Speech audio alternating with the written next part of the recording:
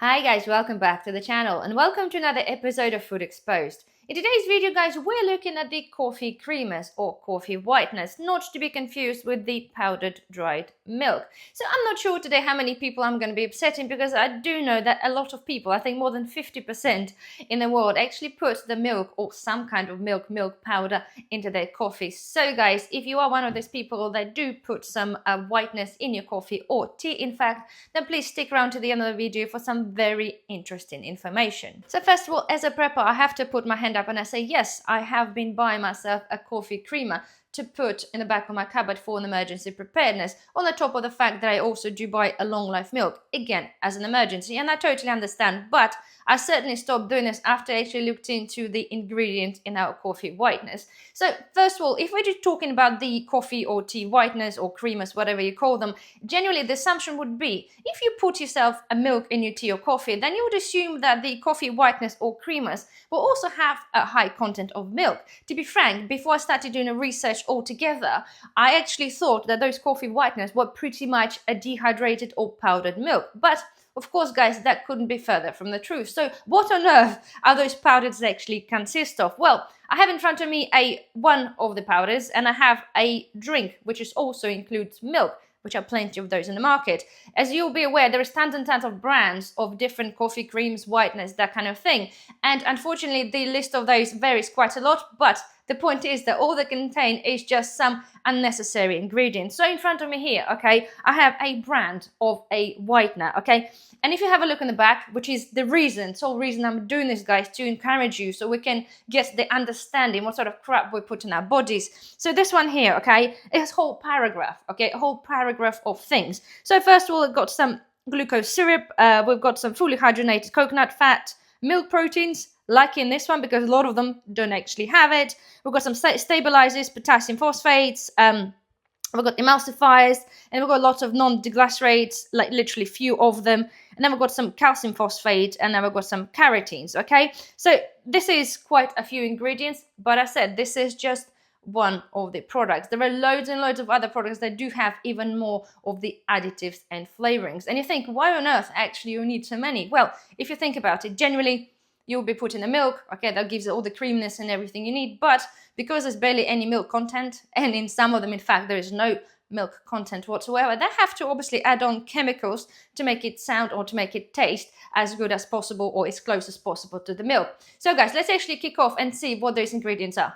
Let's kick off with the common thickness, which are added on to the coffee whiteners and creamers and some of the ready-made pre-mixed sachets, which also have milks. So the first one, we've got the quite common one is carrageenan, we've got gellan gum and the cellulose gum. Okay, all of the gums, like I keep telling you, if you see anything that's got gum in it, it is not good. Okay, so carrageenan actually been linked to some gastrointestinal issues. To some extent, there was actually some research found that after quite a high doses exposure over the long time, it really irritates the gut lining and you end up having a holes in the gut, which causes the leaky gut syndrome. So it's been loads and loads of research is done on it to say that yes, in the high consumptions, that really does affect the stomach. And all of the other gums as well do give you some digestive discomfort in some individuals. So all in all, guys, none of that is any good. So next thing, obviously, they use fillers. So one of the common ones is called the locust bean gum. Unlike the name, you might think it's actually made from locusts. Well, apparently this is not. Okay, this is actually derived from seeds of carob trees. So it is technically natural, so don't be panicked by that. But again, the increased consumption, those kind of things, again, affects stomach, things like gas and other irritations in some sensitive individuals. So the next one is hydrogenated oils. Again, if you see anything hydrogenated, just try to stay away from it. But the common oils that are used are, okay, we've got the soybean oil, palm oil, and in some instances, vegetable oil. So this enhances the shelf life and a little bit of a texture in your concoction there. But again, we all know, guys, that certain fats are really bad for our health. They're bad for the bad cholesterol and basically bad for the heart health. So we want to be trying to avoid that. I don't want to sort of preach to you guys about the hydrogenated fats. We all know they're not good, and we certainly don't want them in our coffee whiteners. So next thing, guys, we're talking about the sweetness. So already here we've got the glucose syrup, and then we have the saccharose, okay? They add them on for a slightly sweeter taste, but without adding on too many calories. And again, we've got some potential digestive issues on the metabolism and the gut health, and of course the sucralose can actually cause the blood sugar to spike, increasing the level at type 2 of the diabetes. Again, we're talking, guys, about the smaller quantities, but it's important to know if you're consuming those kind of things, the pre-mixture, and that you have that added on to a lot of products that you eat, that's not going to be good. Right, and the next thing, guys, is going to be a little bit of an eye-opener, and I think it's frankly disgusting. It's pretty much as disgusting as L-cysteine derived from the human hair that goes on your bread. If you haven't seen that video, by the way, please check this out in my playlist for Food Exposed. So nonetheless, okay, artificial flavors, and those sort of things that generally add on, okay, a slight vanilla flavor, especially into the things they actually have, like a vanilla flavor, but they do also, some brands add them on as a teeny weeny bit amount to give that little aroma in your whiteness. And again, you might think, well, vanilla will be derived from a vanilla extract, but we all know that vanilla is very, very expensive. So, okay, you ready for this one? So some artificial flavors derived from animal secretions, right, such as castoreum, obtained from a beaver anal glands, right? And I can't really say this without laughing, because if I'm not going to be laughing, I'm going to be crying. So basically, it's the beaver bum juice, right? Without, being really, kind of blunt about it. Again, it makes me think, who on earth, okay, picked up a beaver, smelled his bum, and said, you know what, that smells like vanilla. Let's extract some of this, make this into powder, and then started adding on to the people's food. Just think about it. Beaver bum juice. This is what I'm going to eat, just exactly what this is. And I think it's absolutely disgusting. And now I'm looking at those pre-made sachets of vanilla lattes, that kind of thing. Next time you drink this, think the vanilla flavor comes with the beaver bum juice. Again, it's disgusting. It's not really a laughing matter. But as I said, if I'm not going to be laughing, I'm going to be crying. But I think it's absolutely, absolutely disgusting. All right, so we're moving on from the beaver bum juice. Sorry. Anyway. So next thing, we're talking about the fructose corn syrup, or in fact high fructose corn syrup, which used to sweeten the products as well. So linked to obesity and diabetes, and it is derived from cornstarch through enzymatic process. Okay, so that doesn't sound too bad, but the fact is one of the other kind of sweetness that is disguised by a different name. So right, we're coming back to now the partially hydrogenated oils or trans fats.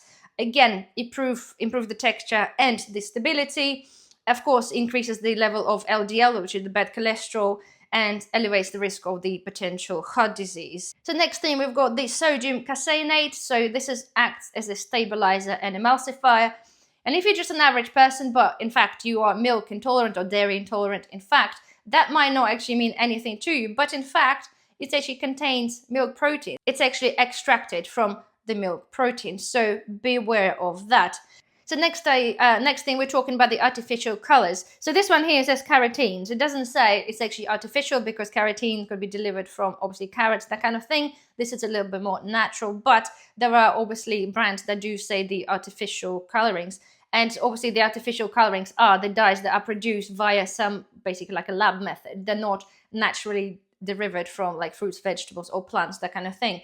And of course, in some instances, that could cause some allergic reactions or some irritations in some sensitive individuals. So next one on the list, guys, there's another emulsifier and stabilizer called polysorbate 60. Although it is apparently used really rarely, but there are some brands that do use that kind of thing. And apparently there's been a lot of research done on that as well, and it's really kind of one of the worst things out there. It says they could obviously disrupt your gut bacteria and cause inflammation, and potentially actually linked to obesity and metabolic syndrome. So next thing we've got on the list is the potassium phosphates. So commonly added as an emulsifier and a stabilizer. Again, in a small quantities is acceptable, but it's actually proven to affect, if you already have a kidney health, okay, or kidney disease, the consuming foods high in phosphate additives like potassium phosphate can be problematic. So again, you got to be aware. And those things, what bothers me, they add on all their stuff to it. But as an average person, if you do have specific condition, that kind of thing,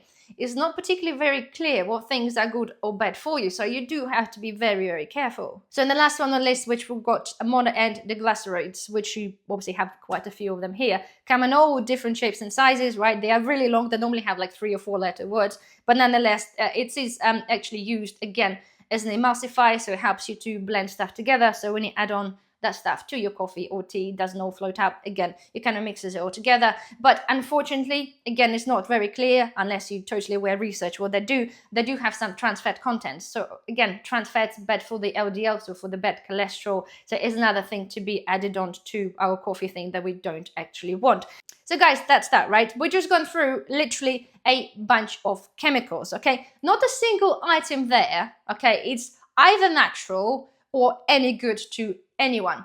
I rephrase the natural part because let's think that the beaver bum juice technically is natural because it's coming from the animal. But nonetheless, right, joking aside, all this is another concoction, a soup of chemicals. Like I've covered this on the gravy granules. There is nothing there that's any good to anyone. And I totally understand, okay? People rely on this because it's convenient. It might taste a bit better. I don't know. I don't take this nonsense in my coffee. I drink my coffee black, okay? Because generally decent coffee is high in antioxidants, okay? It's good for us if it's a decent coffee. So I don't see the need to add on a bunch of chemicals to make my coffee taste different or any better.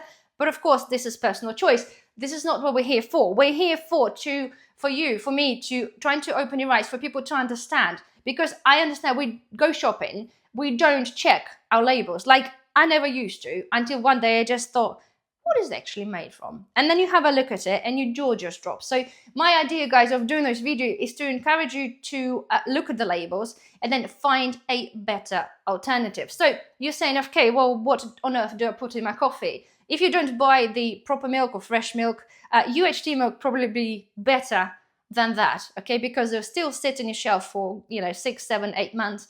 Once open, they sit in the fridge for a few days. If you don't want to use that, then consider buying a proper milk powder. There are different brands available, okay? And if you follow my shopping hauls, prepping hauls, I've covered what brands are kind of good in terms of the milk content, that kind of thing. You still have to be careful because there are other bits sometimes added on to keep that milk kind of fresh and, with anti-caking agents, that kind of thing. But nonetheless, there are brands there that do proper milk. And I understand, okay, it would not mix the same way as your coffee creamer would, because it's just dehydrated powdered milk. But you got to ask yourself a question. For the sake of a couple of little floaty bits of your milk that hasn't dissolved properly in your tea or coffee, would you rather substitute this with potentially, 15, 20 ingredients that are literally chemicals and including, some anal gland juice? I think it's probably a good compromise of some floaty bits rather than that. Again, of course, the choice is left up to you. And when it comes to the sachets, and I'll do the video how to make your own drinks, pre-mixed drinks. Again, I urge you have a look. There are loads of brands that do pre-mixed drinks. Even leading brands, okay, they just have coffee and milk, and you'll think that'll be just coffee granules with the milk powder.